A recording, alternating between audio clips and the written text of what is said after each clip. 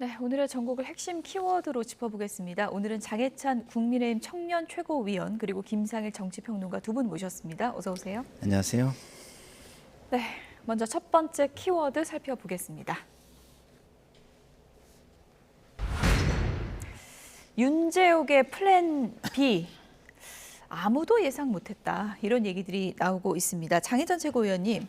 국민의힘도 예상 못한 시나리오입니까? 언제쯤 알려진 겁니까? 이게 보안이 정말 철저하게 유지가 되었던 것 같고요. 예. 왜냐하면 사전에 필리버스터를 포기한다는 사실이 알려지면 민주당이 또 그에 따른 대책을 가져와서 이동관 방통위원장에 대한 탄핵을 밀어붙일 수 있기 때문에 김기현 대표에게도 당일날 아침 공유되었다고 합니다.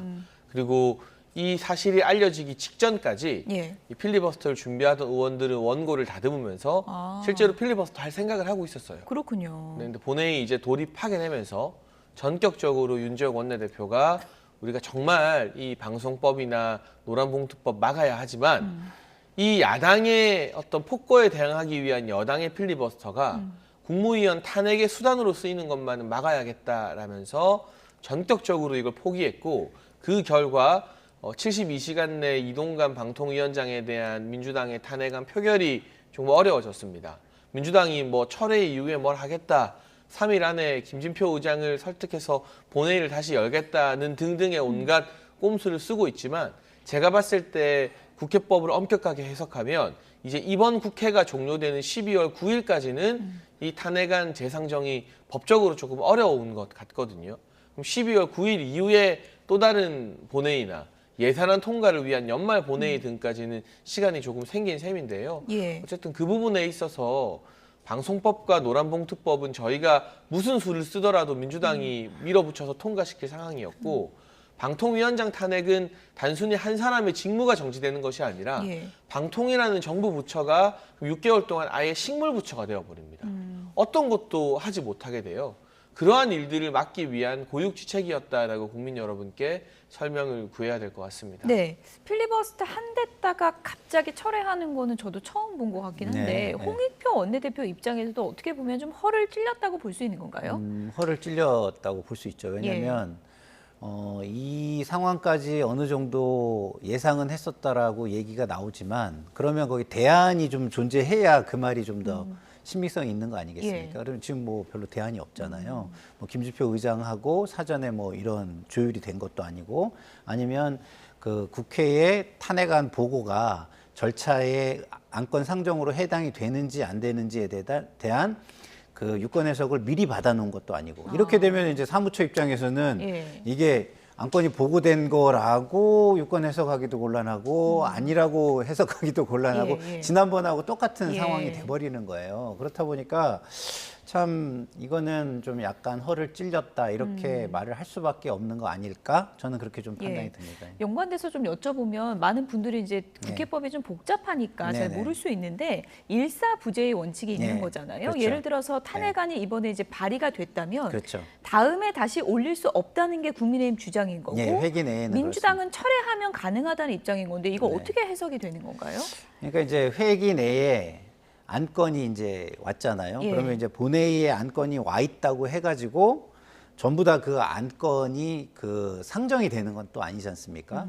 근데 지금 민주당에서는 이게 보고만 됐지 사실상 안건 상정이 된 건 아니다라고 유권 해석을 할 수 있는 여지가 예. 있어서 그 부분이 있는 거고 그렇기 때문에 지금 이제 철회하면 아예 안건 상정이 안 되잖아요. 안 된 거다. 예. 그러면은 그 같은 회기나에 안건이 예. 상정된 게 아니니까 일사가 아예 성립이 안 되는 거죠. 그렇군요. 예. 그런 얘기인데 근데 이제 그것도 상당히 일리는 있는 말이에요. 그렇지만 이제 국회 사무처 입장에서는 양 당이 다 존재하는 상황에서 이걸 한쪽 편을 들어서 유권 해석하기가 굉장히 힘들 것이다 이런 생각이 듭니다. 예, 박주민 의원은 이제 오늘 아침 인터뷰에서 상정 안 된 탄핵안은 철회가 가능하다. 이거 의사국에 여러 차례 확인한 거다라고 이제 주장을 하고 있는데 국민의힘은 이거 법적으로 말이 안 된다 이렇게 또 반박을 하고 있더라고요. 네, 뭐 박주민 의원의 주장이 중요한 게 아니라 국회법에 명시적으로 나와 있거든요. 이렇게 폐기된 법안 같은 경우도 사실은 이 국회 회기가 종료되기 전까지는 재상정하기 어렵다는 조항이 있습니다. 저희 입장에서는 이 노란봉투법과 방송법을 민주당이 억지로 통과시키려고 하는데 예. 필리버스터를 통해서 이 법이 왜 부당한지 이 법이 통과되면 대한민국이 얼마나 망가지는지 등에 대해서 호소할 수 있는 그 절박한 기회까지 포기하면서 내려놓으면서 이 무리한 탄핵을 막은 것입니다. 그 정도 법적 절차나 조치 없이 이걸 윤지혁 원내대표가 추진하지는 않았을 것이고요. 김진표 국회의장 같은 경우도 72시간 내에 본회의를 여는 것은 불가능하겠죠. 여야 협의 없이 본회의 여는 건 또 다른 무리수니까요. 그러면 결과적으로는 뭐 김진표 의장의 해석이나 이런 게 나와야 되는데 저는 12월 9일 본회의 전에 똑같은 법안 재상정하는 건 어렵다고 보고 있습니다. 예. 이렇게 되면은 민주당 입장으로서는 다음 스텝을 어떤 걸 생각해 볼 수 있는 건가요? 그러니까 이제 그 최대한 지금은 예. 김진표 의장을 압박을 하고 예. 국회 사무처의 유권 해석을 명시적으로 하게끔 압박하는 수밖에 없는데 예. 근데 뭐 그 공무원들을 그렇게 압박한다고 그 사람들이 뭐 이렇게 한쪽 편에 이렇게 쉽게 쓰기가 어렵잖아요. 그리고 김진표 의장 입장은 또 여야 합의가 우선이다라는 걸 이제 주장을 할 수밖에 지금 없는 것 같고 그런 상황에서 다음 회기에 재상정하는 거 말고 뚜렷한 방법이 있을까 뭐 이런 생각이 좀 드는 게 사실입니다. 네, 일단 뭐 국민의힘으로서는 이동관 위원장을 지키기 위해서 이런 묘수를 낸 거고 지금 또 일각에서는 또 이런 비판도 할 수 있을 것 같습니다. 그렇다면 방송법하고 노란봉투법도 상당히 중요한 법안인데 이런 법안에 대해서 국민의힘이 그럼 이동관 위원장을 지키기 위해서 포기한 거냐 이런 비판도 있을 수 있거든요. 포기가 아니라요. 예. 저도 참 힘없고 의석 없는 정당 출신이라 서러운데요. 양곡법, 간호법 보셨잖아요. 필리버스터를 해도 24시간이면 민주당이 표결해서 필리버스터조차도 마음대로 종결할 수 있습니다. 그러니까 절차상 민주당에게 부여된 막강한 권리가 국회에서 발동되고 있기 때문에 예. 힘없고 의석 없는 소수 여당으로서는 다른 방법이 없었습니다. 방송 3법과 노란봉투법 같은 경우 그리고 앞서 통과되었던 간호법과 양곡법 경우 모두 다 대한민국의 기존 질서를 흔들 수 있기 때문에 거부권을 행사할 수밖에 없는 법안임을 민주당이 알면서도 통과시킨 것이고 예. 이게 진정 필요한 법안이었다면 저희가 누차 강조하지만 왜 민주당 정부 때는 이걸 통과시키지 않았습니까? 그때도 민주당이 마음먹으면 국회를 통해서 통과시키고 문재인 전 대통령이 공포할 수 있었던 거 아닙니까? 그런데 본인들이 책임져야 될 여당일 때는 통과시키지 않다가 야당일 때 이거 거부할 거 알고 거부하라고 통과시키는 거잖아요. 물론 필리버스터 하고 싶고 호소하고 싶지만 그조차도 24시간 만에 민주당의 강력한 힘에 의해서 막히는 게 뻔한 상황에서 지금 방통위원장이 탄핵되면 아마 최소 6개월 동안 방통이라는 부처 자체가 기능을 못하게 됩니다. 현재 방통위원장과 방통위원 2명이 있기 때문에 방통위원 1명으로는 의사결정을 하기가 어려운 구조거든요. 예. 근데 이게 단순히 국무위원에 대한 탄핵이 아니라 정부 부처에 대한 마비성 탄핵이기 때문에 그 심각성을 국민들께서 조금 더 잘 알아주셔야 될 것 예. 같고 그런 호소를 저희가 계속해서 드릴 수밖에 없는 입장입니다. 네, 일단 뭐 국민의 입장에서는 뭐 이동관 위원장 탄핵은 한 번 되면은 바꿀 수가 없으니까 일단 지키고 두 가지 법안에 대해서는 이제 포기한 건 아니라고 이제 표현을 하는데 대통령에게 이제 거부권을 요청할 것으로 보이거든요. 거죠. 윤석열 대통령이 어떻게 결단을 할 거라고 보십니까? 당위적으로는 저는 거부권 행사는 안 하시는 게 맞다고 봐요. 좀 전에 우리 장혜찬 최고께서 굉장히 아픈 부분을 지적해 주신 건 맞습니다. 왜 우리가 정권을 쥐고 있을 때는 안 했냐. 예. 그거는 정치의 유불리를 따졌기 때문에 안 한 걸 거예요. 그렇죠? 그러나 대의와 정당성의 측면으로 보면은 했어야 되는 것이죠. 예. 그러면은 우리가 불리할 때는 안 하고 왜 유리할 때 하냐?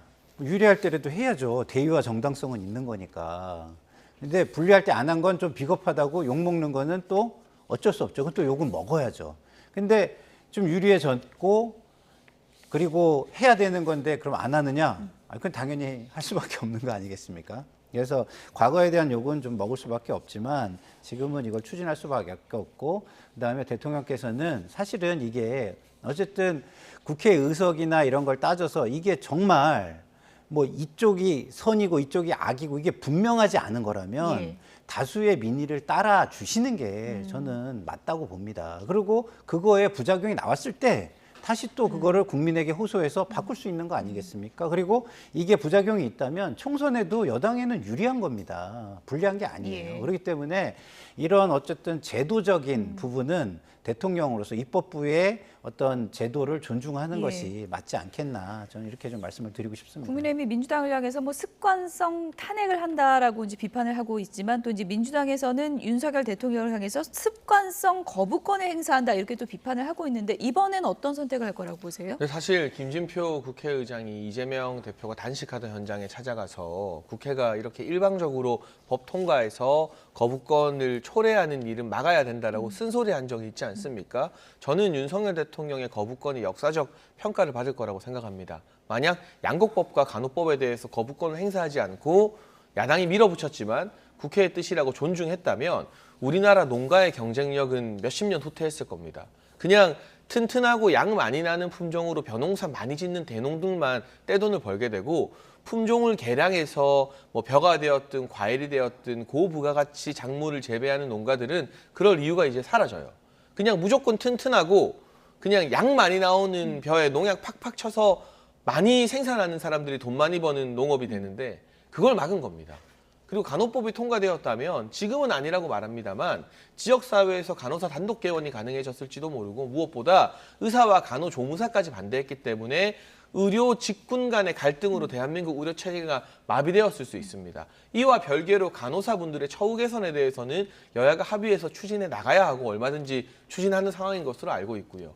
방송법과 노란봉투법 역시나 마찬가지인데 통과시켜서는 안 되는 법이기 때문에 거부권을 많이 행사했다고 해서 대통령의 권한에 대해서 비판을 받기보다는 면밀히 따져봤을 때 거부권을 행사한 것이 대한민국을 구한 것이다라는 역사에 전 평가를 받게 될 것이라고 보고 오히려 도저히 통과시키면 안 될 법을 대통령에게 부담을 전가하기 위해서 무리하게 통과시킨 민주당이 시간이 지나면 지날수록 여론의 질책을 받게 될 거라고 생각합니다. 예, 어쨌든 뭐 탄핵안 표결은 지금 이제 상황상 좀 미뤄지게 됐는데 검사 탄핵안도 이제 이번에 들어있지 않았습니까? 손준성 검사장과 이정섭 차장검사 두 명에 대한 탄핵안이 들어가 있는데 이제 이에 대해서 이원석 검찰총장이 이례적으로 차라리 나를 탄핵하라 이렇게 반발을 했더라고요.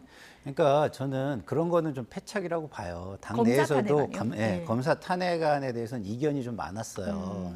이게 사실상 뭐 국무위원이나 상당히 정치적인 대표성이 있는 자리도 아닌데 이렇게 하는 게 맞냐라는 것과 이랬을 때에 이것이 검찰과의 관계를 이재명 지금 당대표 수사와의 관계를 따져볼 때 오해의 소지가 있고 그다음에 총선에 악영향을 줄 수 있는 거 아니냐 이런 이견이 좀 존재했거든요.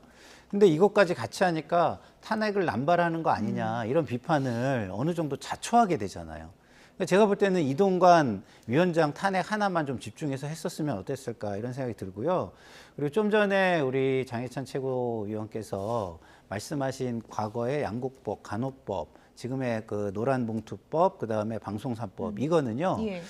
너무 여당의 논리를 과하게 과하게 말씀하셨다고 저는 생각을 해요. 왜냐하면 이 결과는 정책의 결과는 솔직히 예측할 뿐이지 아무도 알 수가 없습니다.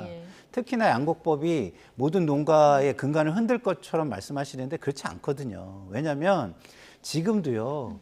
양곡이 너무 많이 생산이 되면 국가에서는 다 해줘요. 그래서 제가 그때도 뭐라고 말씀드렸냐면 이거는 그냥 하면 되는 건데 이걸 정치화 시켜버렸기 때문에 문제가 되는 것이다. 제가 이렇게 말씀을 드렸어요. 정책인데.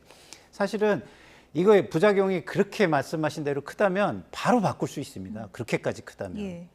그래서 뭐 그렇게까지 저는 클 거라고는 생각하지 않지만 우려의 부분은 존재할 수 있죠. 그리고 생각이 다를 수 있죠. 그래서 제가 드리는 말씀이 어쨌든 대통령은 행정부의 수반이기 때문에 입법부를 어느 정도는 틀렸어도 틀렸다라고 어느 정도 되더라도 그게 꼭 본인이 무슨 신이 아닌 이상은 미리 결과를 아는 게 아니잖아요. 그래서 존중하는 것이 맞다라고 다시 한번 말씀을 드리고 싶습니다. 뭐 이 토론을 하자면 뭐 오늘 1시간을 그렇죠. 해도 모자랄 만큼 중요한 법안들이기 때문에 이 법안들에 대해서 윤석열 대통령이 결국 어떤 결단을 할 것인지 좀 지켜보도록 하겠습니다.